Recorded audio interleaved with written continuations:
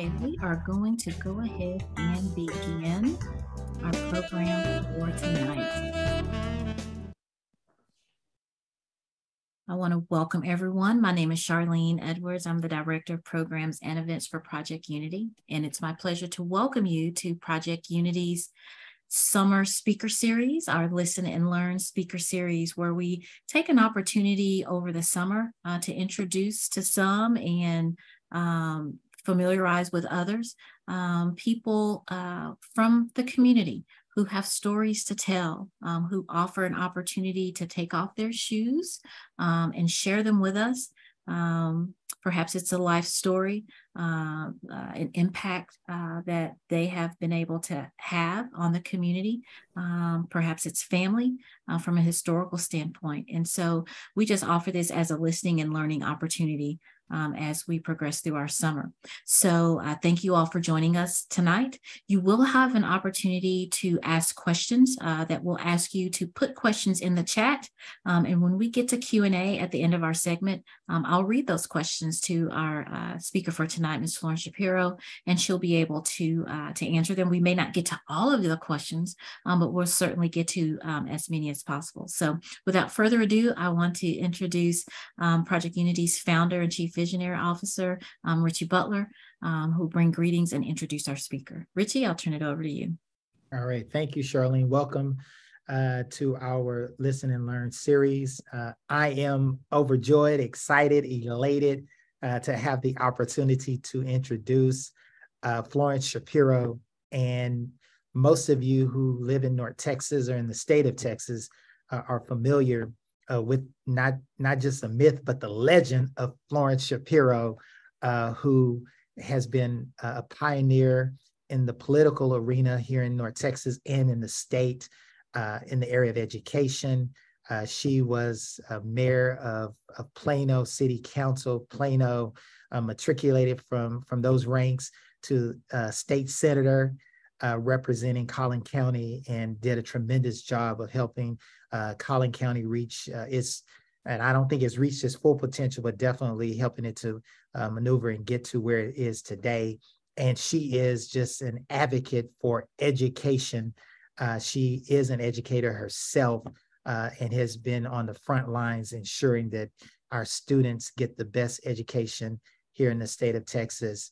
And from that, being a leader civically, the Holocaust and Human Rights Museum, she is one of the pillars that helped to stabilize it and give it its bearings and where it is today. And you have to go by the museum and check out the transformational work it is offering in the way of education. In addition to that, she has served on the board of Communities Foundation of Texas and wrapped up her tenure as vice chair at Communities. And I had the august opportunity just to sit at her feet when she served on the board there and to learn so much from her. And I am honored not just to introduce her, but to be able to call her friend. And so without any further ado, I am proud to introduce this living legend of Texas, and that is none other than Florence Shapiro. Thank you, Florence, for taking time to share with us today. I'm more than honored. And I think if I go back and tell you all the things that I would like to say about Richie Butler, it would sound like we were just gushing over each other. But I think when we met, we had an instant liking to one another. We shared so many great stories about things we knew and did. And it's only grown and grown. And I think we have an amazing admiration society, mutual admiration society, because we have done a lot of things together and certainly hope we'll do more together in the future. And thank you so much for asking me. You know, Richie, when you first called and said, would you do this? And I thought, no, I don't do that very well. When people ask me about my past and my history, I'll always, talk about it, but it's not something that you just normally just start, talking about just because. But it gave me an opportunity to really think back and give myself some nourishment that I probably needed. So I thank you for that, because I don't normally do that. But every once in a while, you need a little shot in the arm, and you need to go back and remember where you came from. So it was a great joy for me to go back and to do that for myself. I hope that I will give some of my experience. And I loved what you said, Charlene. Thank you. Walking in someone else's shoes is always a very interesting concept. It doesn't sound like it's a big thing, but it really is, because it changes people's hearts and minds when they do that. And I certainly think that for those that don't know me, or even those that do or think they know me, very few people realize or recognize that I came from Holocaust survivor parents. And so it gives me an opportunity to talk a little bit about them and my family and what lessons I learned as a youngster and what I bring to the table throughout the last 30 years that I spent in public service. So thank you both. Charlene, thank you for your help. And Richie, thanks for thinking of me. And thank you for being my friend. I hope this friendship lasts a very long time. So I'm going to begin by telling you that I think the most important thing for me to say to you at this moment is I am the daughter of 2 Holocaust survivors whose compelling lives molded me into the person that I became and that I am today. It was different growing up in that kind of an environment. And it was a time, as a youngster, it was a difficult time. As an adult, it wasn't. But as a youngster, it was, because I was different from everybody else. I didn't feel that sometimes I belonged in that environment that I was in, especially after we moved to Dallas. The times were difficult, maybe mostly because my parents spoke broken English. My father spoke better English than my mother did, but broken English. And also because they didn't know the customs and the mores of what was going on in America when they came here. My family, we actually lost during the Holocaust more than 37 family members. And I think there were many lessons that were learned as a result. And so I'm going to begin my journey with you, and then I'm going to go back in time, but I'm going to begin my journey with you in May 2nd, 1948, the date that I was born, in New York City. My parents had come over from London, England after the war. My mom and dad married in London after the war in 1947. And I came over on the Queen Mary. My mother was almost 7 months pregnant with me at the time, and I was born in New York City. Those were times I don't remember. So I'm going to fast backward, not forward, but fast backward, and give you a little bit about my parents, because I think that will kind of give you a better idea of my history and where I came from. So my mom was born in Berlin, Germany in 1922 to Sala and Muttel Spiesman. She was an only child, but she was a very happy child. She was a gymnast as a child, and her father owned a shoe store in Berlin, and her mother was a homemaker. My mom went off to school, spent her early years in public school, but it was a Christian school. It wasn't a Jewish school. And the reason I bring that up is because she was very popular as a child. But when the Nazis began terrorizing Jews across Germany, she felt the horrors of that. And I think that really affected her for pretty much the rest of her life. She was one that never wanted to talk about Holocaust. In fact, many times when we started to ask questions, she would shy away from it and say, no, I don't want to talk about it. She had no desire to share those experiences. So we got a few little things that we learned about her family.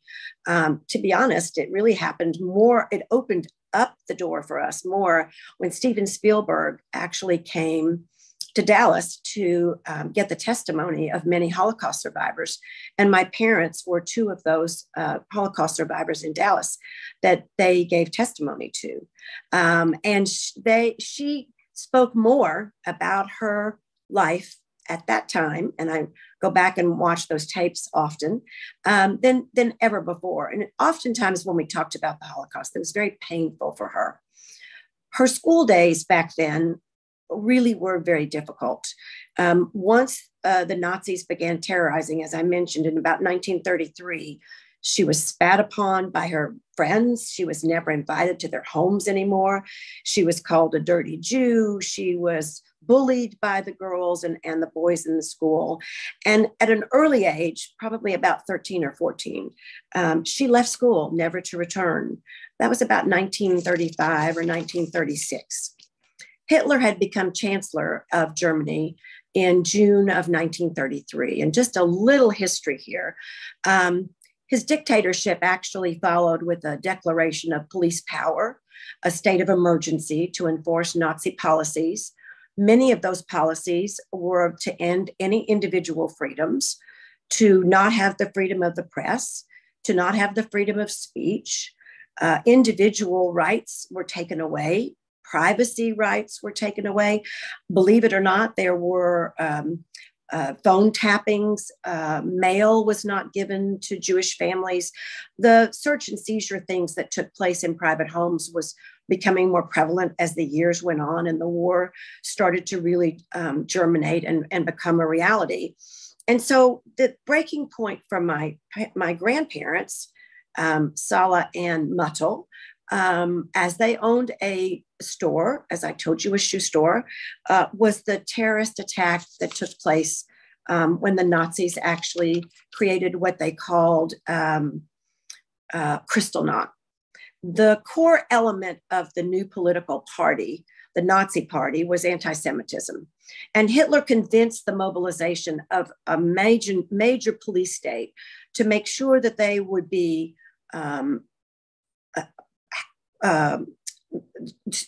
identify who the Jews were in the communities. Even out in the countryside, they identified the Jewish families and the Jewish people. And in the cities, certainly in Berlin, where my mother and my grandfather and grandmother lived, Jews were deprived of all of their rights. And so having a shoe store was certainly one of those rights that they had before Nazi Germany began.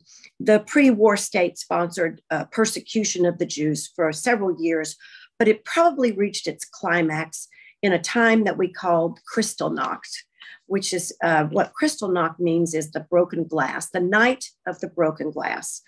Needless to say, as I told you, my grandfather owned a shoe store and it was smashed.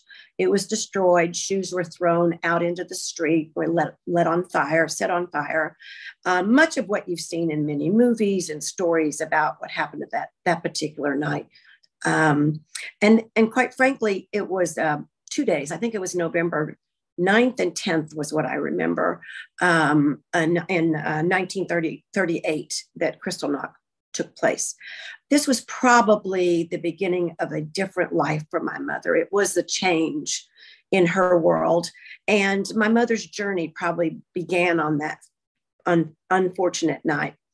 All three of them, my mother, her father, and my grandfather was arrested, thrown in jail, beaten, as my mother used to say when she did talk. They drug him out and he was bloody, and the little that she remembers is a very, very vague picture of him being drug out from the store and taken away and arrested. He was returned several weeks later, but he was a broken man. His world would never be the same. And the three of them tried desperately to get out of Germany. It was still a little early. It was before 1939.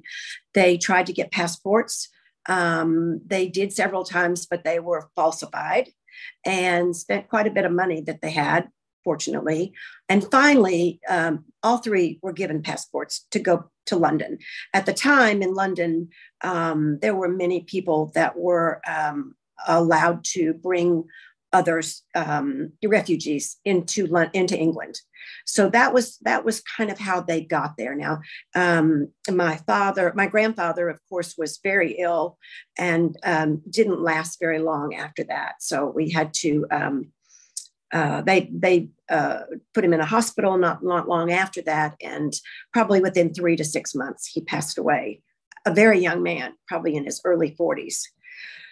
Martin Dorfman was my father, and he too was born in Berlin. They did not know each other. He was born in 1920, May 2nd, actually, which I was born on his birthday, which was wonderful all those years that he was alive, but brings a little sadness, more sadness now that he's passed.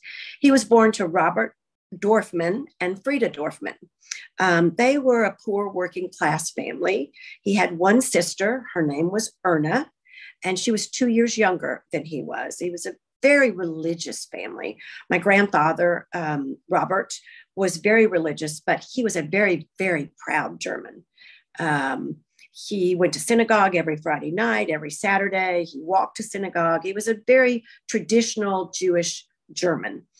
But being a German was very important to him. In fact, that was probably his downfall, because he believed, as a German soldier in World War I, that the German Nazis would not harm him or his family, because after all, he was a soldier. He fought in World War I.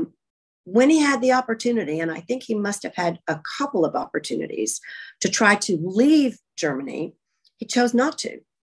My father, on the other hand, believed at 16 or 17 years old that he had no choice. He had to leave.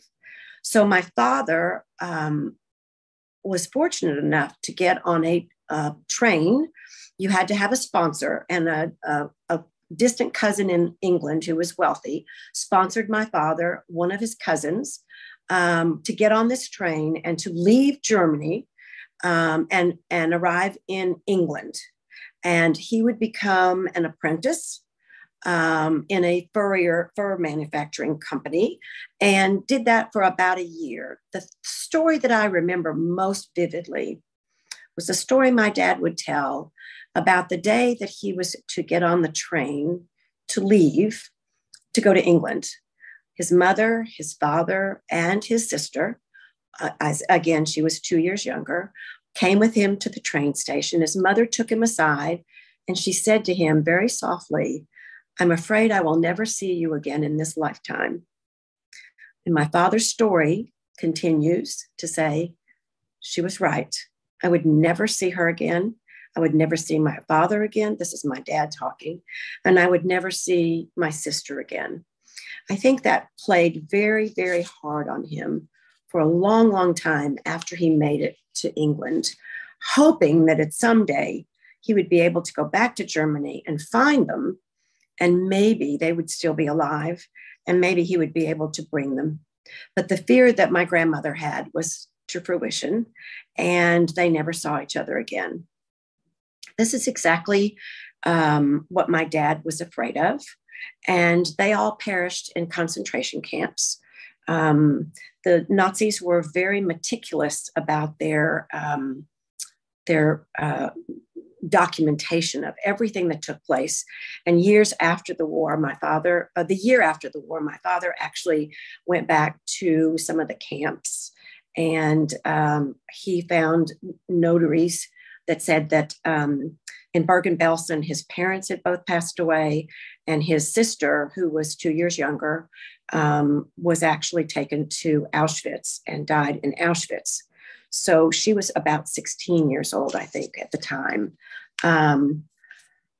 Anyway, once in England, I told you he became an apprentice, and he worked for 2 years, almost a year and a half, as an apprentice. But it just ate him up inside that he couldn't participate in the war. By now, the war had already broken out, and he was still a German citizen, but they were taking German citizens in the war. So he signed up to go into the army, chose the army. I always asked him why he picked the army, but he did. And he always felt that he wanted to do his part in the war. And he had this passion to hoping that someday when it was over, he would be able to go back and find his parents, which of course he did not. He was he was in the Royal Artillery. And we asked him all the time how he worked up through the system in the army. And he became a corporal. And then he went into the intelligence corps in 1943.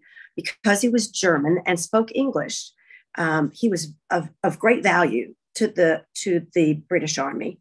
And he went into, as I said, to the intelligence corps in 1943, but he had to change his last name.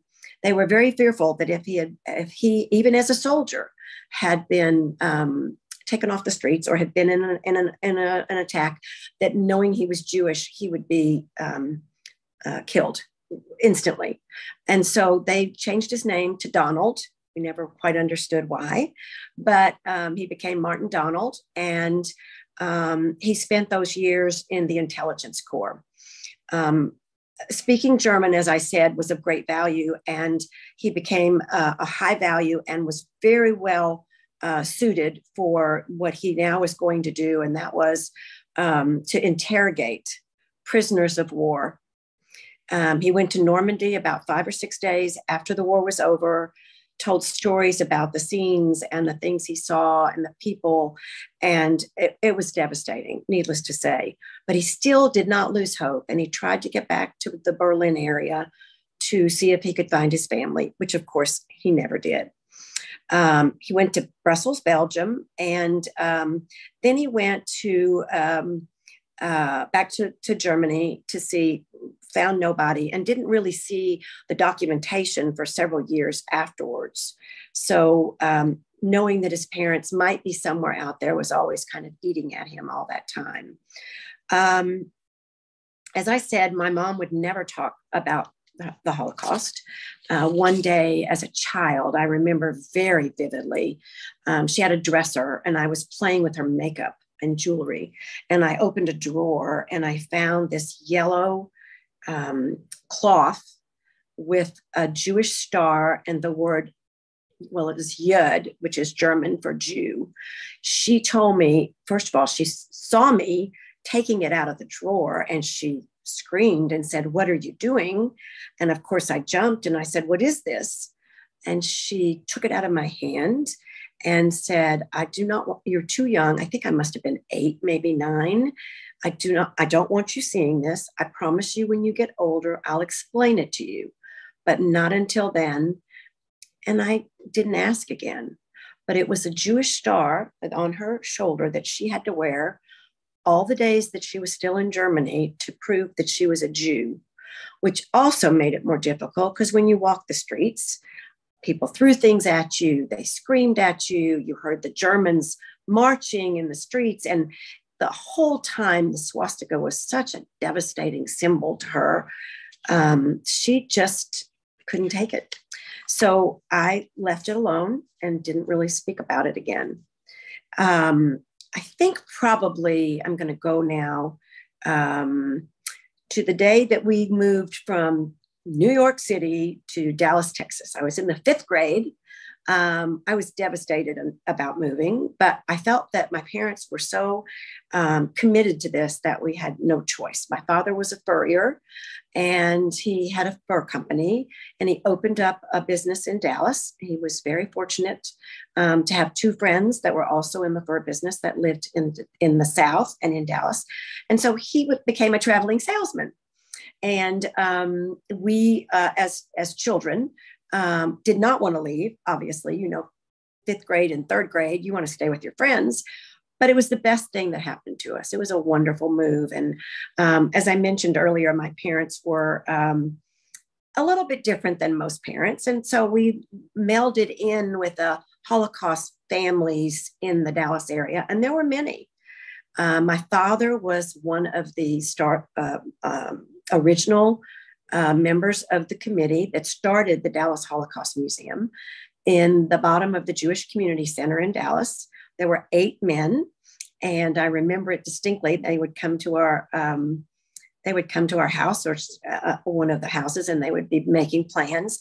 And they went into the basement of the Jewish Community Center, and they opened this very small but very meaningful museum to remember their families, all of their families. It was a very sad but very humble place to go in as a Holocaust survivor child.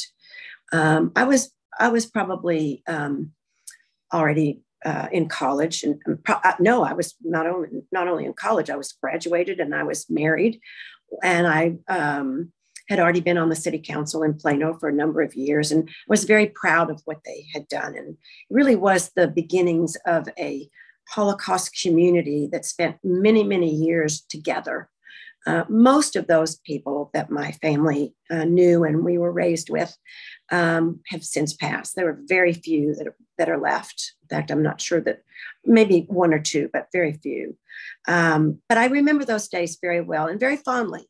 It was a very warm and loving environment for my brother and I as we grew. And I was, of course, the first member of my family to go to college, first generation college student, went to the University of Texas in Austin, and had some wonderful years, never really thinking back again on swastikas and Holocaust and the things that had been a part of my growing up years. Spent, as Richie told you, I spent several, I'm just checking the time to make sure that I've got plenty of time. I spent 11 years on the city council in Plano. Plano was a very small town, 15,000 people at the time. And we wanted to raise our family here with a lot of wonderful schools and a great little community. Nobody realized back then that we would become a community of almost 300,000 many years later. But I felt a real part of the community. I remember the one incident that I think, or two incidents I'll tell you about very quickly. I did a lot of work in the community, and in 1984, as a surprise, I was named Citizen of the Year in Plano. The lights were down, and they, announced it, and of course, I went up to the podium and began to cry, and tried to compose myself, which was very difficult, and said, I cannot believe that I am getting this award. I said, I am being told that I am the Citizen of the Year in my community of Plano. And years ago, my parents were not allowed to be citizens in their communities. Their citizenship was stripped from them in Berlin, Germany. And I said, I only wish my parents could be here to see this amazing moment. And the lights went up in the room, and my parents were in the back of the room, and it was a joyful moment for me. It was something I will absolutely never forget. I remember the look on my father's face and my mother's face, and it was amazing. So I remember those little things that certainly impressed me and gave me a reason to keep going on.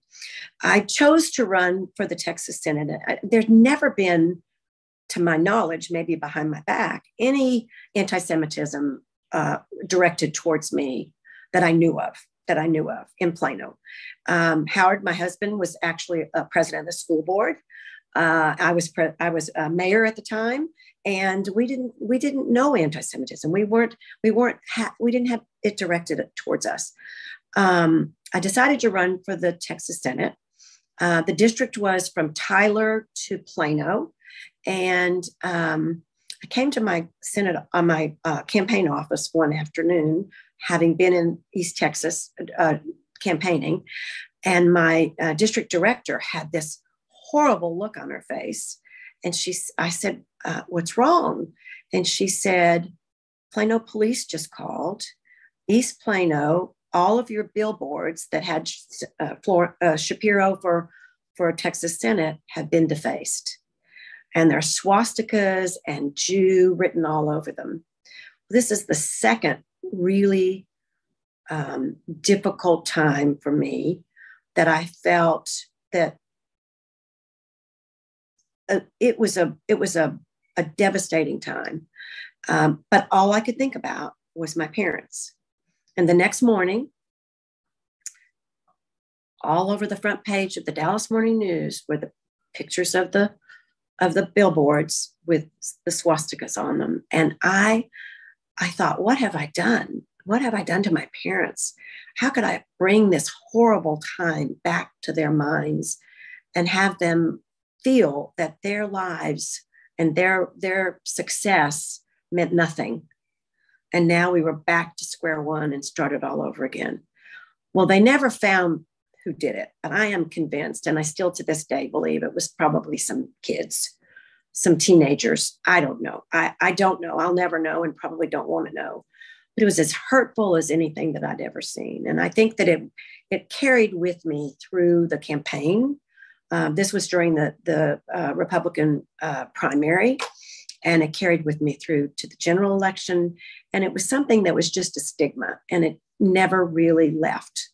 I do think that as time went on, it went away. And I do think that as time went on, we didn't have to really deal with anything that never happened again. But I felt this compulsion to always be on my guard and to always be mindful of who I was and how I got where I was by hard work, caring about others, wanting to do good service to the community. And it finally got to the point where I said, I'm not going to dwell on it anymore. I'm not going to feel this oppression. And I think this many years later, as we start to see that ugly, ugly anti-Semitism and hatred begin to raise its ugly head again, I am so sad, so very sad. I'm sad for my parents who are no longer here. I'm sad for my family. Howard and I are very fortunate. We have 3 amazing children, all married. I've got 12 phenomenal grandchildren.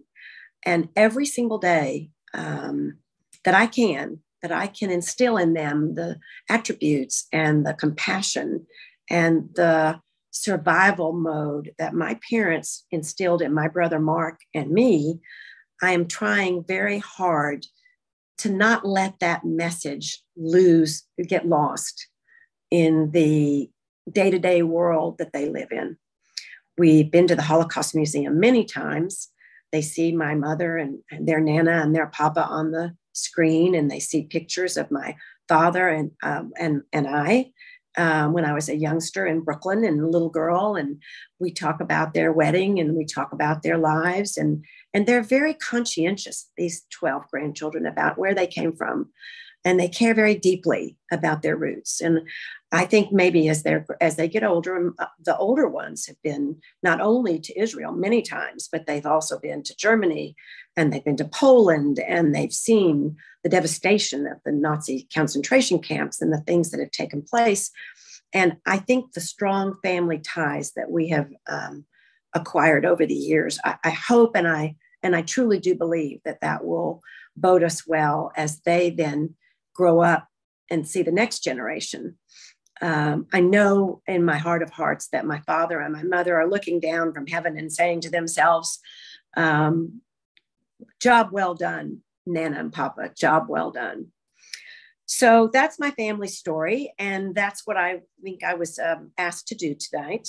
I hope probably that you've heard enough about me and about my experiences and my beliefs and maybe even my philosophy on life, that you might have some questions and some ideas, some thoughts, and I'm more than happy to allow that to filter through. And I know we still have a little time, so I'm going to turn this back over to Charlene and let you take over. All right, awesome.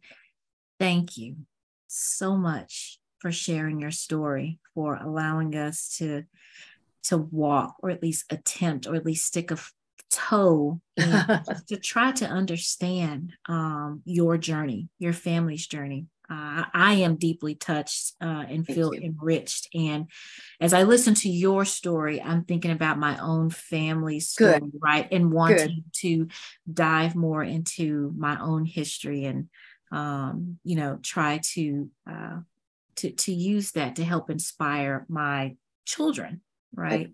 To be better through family history. So thank you. My pleasure.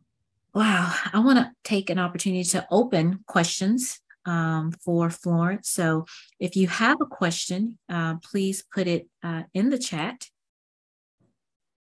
And we have about 23 minutes actually for Q&A.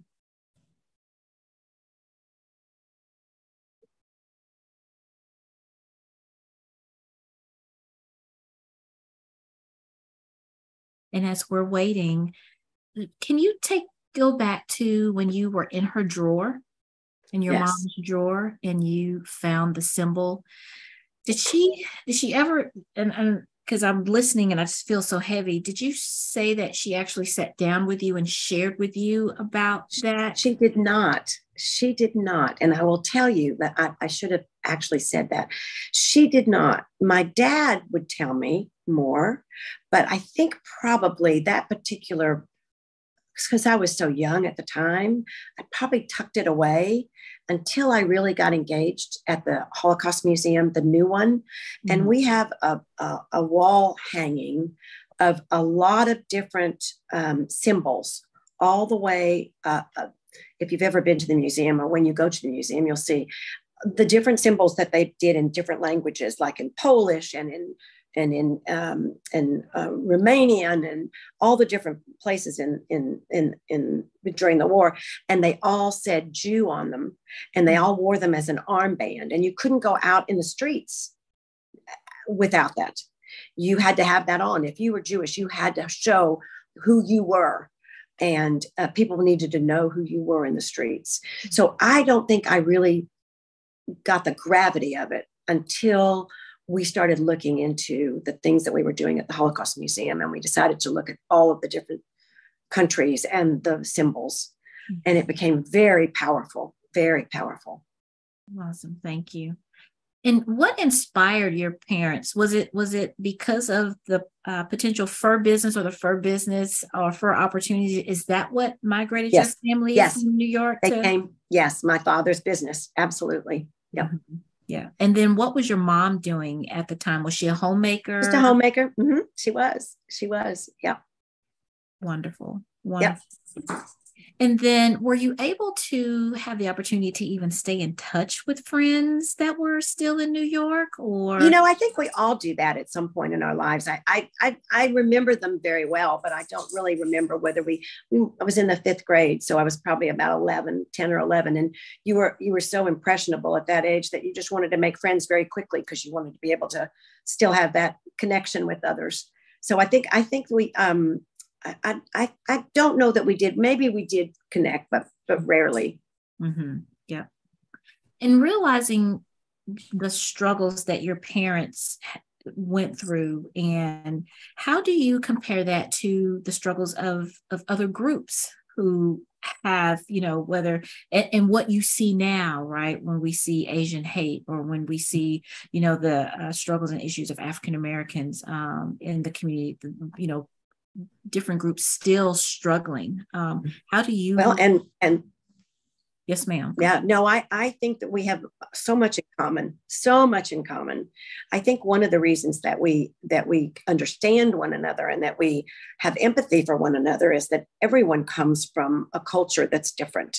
America is one of these countries that, everybody's from someplace else. So at one point in time or another, everybody feels that they've been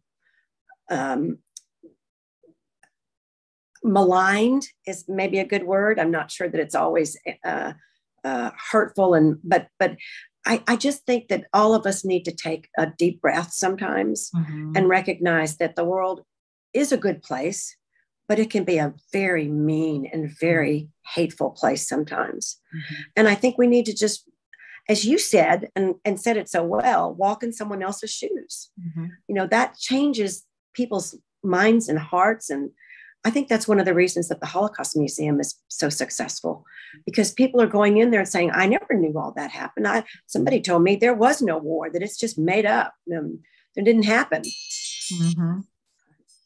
That's your signal. That's your alarm.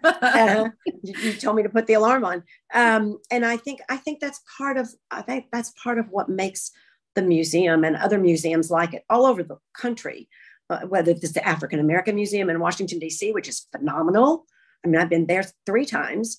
I just think those are the kinds of things that we have to do to just remember. And to put ourselves in someone else's shoes. And as you said, walk in someone else's shoes for change. I think it's a great opportunity. Absolutely. We do have questions coming in now. I'll try to get to some of them.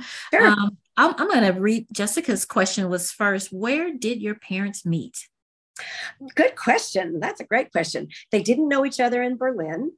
When they lived in London, they both moved to London at different times. After the war, my father had some friends from Berlin that actually invited him out And the girlfriend invited my mother, and the guy invited my father. So they double dated, and they became very, very good friends. They both married. They stayed in London. The other couple stayed in London, but became very, very close friends. They would travel to London to see my parents would travel to London to see them a lot. And they would come to Dallas to be with us a lot and stay. They had no children. So my brother and I were like their other children that they didn't ever have. So yes, that's where they met. Awesome. And then they left, they got married in 1947, and they left, as I said, on the Queen Mary on the boat, to come to Ellis Island in 1948. Wow. Yeah. Thank you. There's a question. What year was the billboard incident? 1992. Wow. Okay. 1992. Thank you. Yeah. Another question. What are some other resources that would be helpful in learning more about the Holocaust? Well, I would be remiss if I didn't say the best resource in the world is the Holocaust Museum, which is behind, if you don't know where it is, it's right behind the 6th floor museum, the Kennedy Museum. And it is a beautiful new facility. It's only been open 4 years now. You know, when COVID hit, I lose all track of time. Mm-hmm. So we opened right before COVID, actually. And it's actually called the Holocaust and Human Rights Museum. So there's so much in there besides just the Holocaust. You know, when we decided to build it, we said, well, we can build a Holocaust museum, which is what we had prior, or we can really expand upon it and learn more about horrible Holocausts that have taken place, genocides that have taken place all over the world, and really make it more than just the Holocaust. Lessons learned come from so many different resources, and being able to see Rwanda and Romania. I mean, you talk about some of the stories of Cambodia. We've got a whole genocide wing of the museum, and then to hear the stories of survivors. We have a wonderful room where I don't know how many of y'all have seen these holograms where you think you're sitting there with the person, and they're speaking, they're asking questions, and they answer the question. You can ask a question in the audience, and they'll answer the question for you like they were there. They've been deceased for many years, but there's so many lessons to learn. And I think that certainly is a great opportunity for everybody. Mm-hmm, absolutely. And I would say, I would also encourage people to sign up for the museum's newsletter. Oh, absolutely. Absolutely. And they do a lot online now. Yes. They're doing a lot of like listen and learn. They're doing a lot of that online. So they have lots of speakers, and it's a great resource. Great resource. I'm just going to keep touting it because the newsletter for me allows me to see when you all are having speakers and events. But now it's the children like you are telling the stories of the parents. And then when we lose a Holocaust survivor, they're memorialized and put in the newsletter. And then we get to read the stories. And that is very, very eye-opening. Oh, I'm so happy to hear you say that. Thank you. Absolutely. And then, so as you say, it's also Human Rights Museum. So there are special exhibitions, right? So the LGBTQ exhibition, I think just finished. Now there is the Jim Crow exhibition that is going on right now. So it's very inclusive. And it's not just the Holocaust, but it's worthy of everyone to take an opportunity to go. And I'm not being paid to say no, you're not, but I'm thrilled. Thank you. It's just an opportunity to just learn. And if we all just take a moment to step out of our bubbles and learn about another culture, another group, another tradition. I say this often with our Together We Dines. We just have to explore and be curious so that curiosity leads to learning. All right, let me keep going before I'm like Pastor Butler and I'm preaching. There's a question from Karen. What would you say to parents today on how to speak with their children on issues of anti-Semitism that seem so scary to adults, let alone children? If children are seeing it, I'm sorry to say, but this is not an adult problem. This is a societal problem. And I think as a child gets old enough, and I would certainly not tell you to bring a child to the Holocaust Museum that's under 10 years old. I think they even suggest 11 years old. They like them to be in the 4th or 5th grade, because the little ones are not going to understand it. And there's a lot of, death and destruction that's there. So always be sure that you check it out. But I think when a child is old enough, 11, 12, if they start asking questions, you have to give them answers. You have to share the reality of what's going on. And unfortunately, it's not just a history, but it's happening every day. They may hear it at school. They may see somebody bully another child that happens to be Jewish or Black or Asian, or it's happening all over. We can't hide our eyes to this. Mm-hmm. It's a fact of life, unfortunately, in our society today. Mm-hmm. I wish I could say we didn't need a Holocaust and Human Rights Museum. I wish we could say that the money we spent was ill spent, because there's no such thing as hate anymore. But that's not the reality. And I think we have to recognize, first you have to recognize the maturity of the child, and then you have to decide what level you'd like to share. But don't hide from it, and don't keep them from learning. That's a part of life. Absolutely. Thank you. Another question: what is the most important thing that your children have learned from your family's experience? How do you use this experience to shape your future? So we've been so fortunate. My children are grown. I have 2 lawyers, a daughter that's a lawyer, a son that's a lawyer, and a daughter that's a small business owner. And as I said, 12 grandchildren.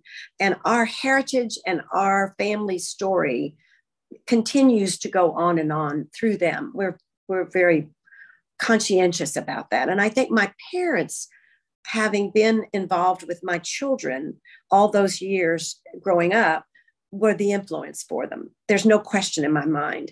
They hear their stories. They heard their stories, not from my mother, of course, as we all know, but from my dad.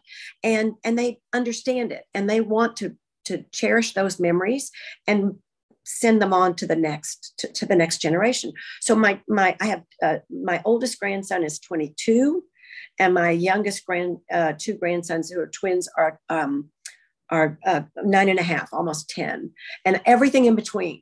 And so at each different age, we would share stories with them that were more than they got before, and kind of give it to them in small doses when they were a little bit younger.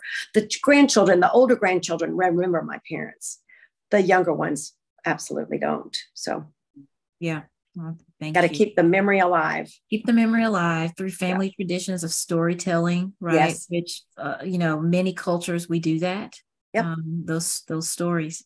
Mrs. Shapiro, how has your background experience influenced your political and community journey?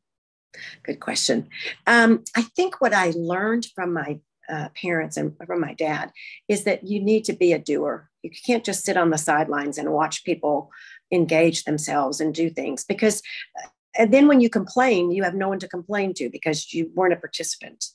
I learned early on from my father that being involved and being a part of something was a very, very important thing to do, and giving back to a community. He was a very he always felt. I remember when he retired, he went and worked. What's the name of that program where they bring business leaders in to teach kids? There was not salesmanship. I wish I'd remembered the name of it. Anyway, he would go every Friday and sit down with students, and they'd ask him questions about, business, or he was a real math whiz and he loved mathematics. So he would junior achievement. It might have been junior achievement, actually. Thank you. I appreciate that. But that was important to him, was giving back.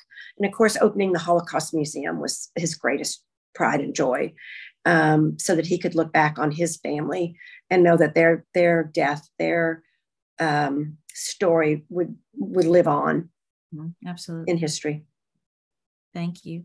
Do you think your understanding and reaction to the Holocaust would have changed or inspired you to take action earlier if your parents had explained their experience when you discovered the symbol at age 8? It's a good question. I haven't really thought about that, but I think I probably felt a need to participate in their story early on, maybe not at age 8, but I think once we moved to Dallas and my dad got engaged, I mean, it took them several, maybe 3 or 4 years to create that Holocaust, that little bitty Holocaust museum in the bottom of the Jewish Community Center. Mm-hmm. The thing that was the most striking for me in that museum was the boxcar. They went to Poland and they got a boxcar and shipped it back. And to enter that museum, this small little museum, you couldn't get in there any other way except to walk through the boxcar. And it was stark. And I think with that reality, when my father, that was in 1980 to 84 was when they were creating that. And it became a part of my life at that point, because I watched him and I watched the experience that he had play out to finally, when they opened the facility, it was like it was an awakening for him. Mm-hmm. Yeah, thank you. Another question. What do you say to the younger Jewish generations who see so much hate expressed toward other Jewish individuals when they have not experienced it? I think today's young people experience it, even if it's not directed towards them. They hear it, they understand it, they know it's there. And I think that the experience of it doesn't necessarily mean it's directed towards you, but hearing about it and knowing, I mean, the last 2 years, you can't go a week without a story of some kind related specifically to the Holocaust. I mean, anti-Semitism, excuse me. You just can't. I mean, and it's part of every day. And that becomes a difficult thing for young kids. But it certainly is something that the older generation and my older grandchildren are dealing with on a regular basis. They talk about it a lot. They talk about what happens at school sometimes. They talk to each other about it at school. I have most of my children have been in public school most of their lives, and some have gone to private school, but it's everywhere. You can't avoid it. You have to be very open and frank with the kids at their level to be able for them to understand it and to do something about it. And I think one of the things we always talk about is this is a slogan from the Holocaust Museum, but we've said it for years. Don't be a bystander, be an upstander.